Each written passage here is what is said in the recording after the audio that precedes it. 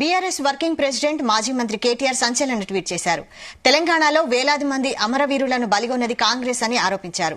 తొలిదశ ఉద్యమంలో 370 మంది ఉద్యమకారులను కాల్చి చంపింది ఎవరని ప్రశ్నించారు. హైదరాబాద్ స్టేట్ ప్రత్యేక రాష్ట్రంగానే ఉండాలని పోరాటం చేస్తున్న విద్యార్థులపై సిటీ కాలేజ్ వద్ద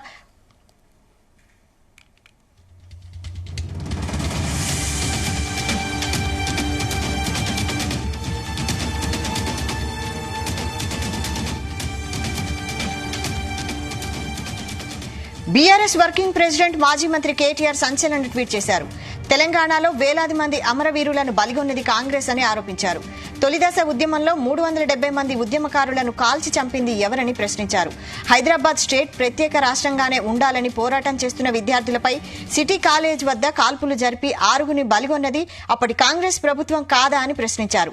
అసలు అమరవీరుల స్తూపం ఎందుకు నిర్మించాల్సి వచ్చిందో చెప్పాలని డిమాండ్ చేశారు. గతంలో సీఎం రేవంత్ రెడ్డి స్వయంగా చెప్పినట్టు వేలాది తెలంగాణ బిడ్డలను చంపిన బలిదేవత ఎవరని నిలదీశారు కేటీఆర్.